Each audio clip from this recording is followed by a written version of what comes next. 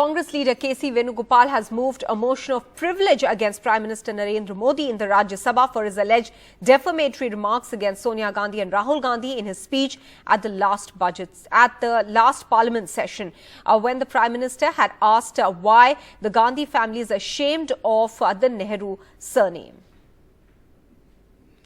Let me now go across to Megha Prasad for more details. Megha, this is coming slightly belatedly because this happened during the last session, is it? Absolutely. In fact, Maha, a very good point there. You know, the speech that the Congress now, in fact, Mr. Venugopal is referring to, that speech was made by the Prime Minister almost a month back during the first part of the budget session. So back then when he, in that speech on the floor of the House, the Prime Minister, of course, had mocked the Gandhis. He had questioned as to why they are shying away, and they've been shying away generations after generations for using, in fact, staying away from the surname Nehru, and why have they adopted the surname Gandhi. Now, almost 30 days later, you know, you have this brainwave and you want to question the Prime Minister over that. Clearly, of course, it seems like it's an afterthought. And why is it an afterthought? This to us, it seems that, you know, last evening when you had Nishikant Dubey of the Bharatiya Janata Party go to the Speaker, requesting the Speaker to constitute a committee to look into the statements made by Rahul Gandhi, for which they've been seeking an apology, investigate it. And then, of course, the intention of the Bharatiya Janata Party, is, at least as far as this member is concerned, is to try and get Rahul Gandhi expelled for the statement that he has made, because that, according to him, construes to insulting the Parliament as well as the democracy here in India. So he is, of course, seeking expulsion of Rahul Gandhi. Now, in response to that, it seems that in the morning today, you know, the Congress decided that they wanted to bring in a privilege motion, that too for nobody less than the Prime Minister.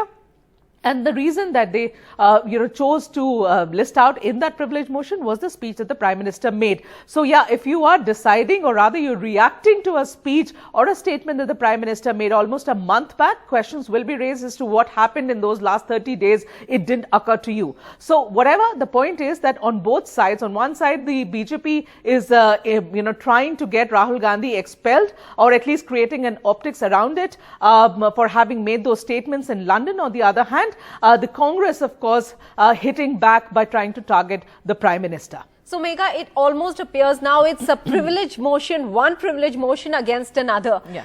What are we likely to see in this part of the budget session? Already this entire week washed out.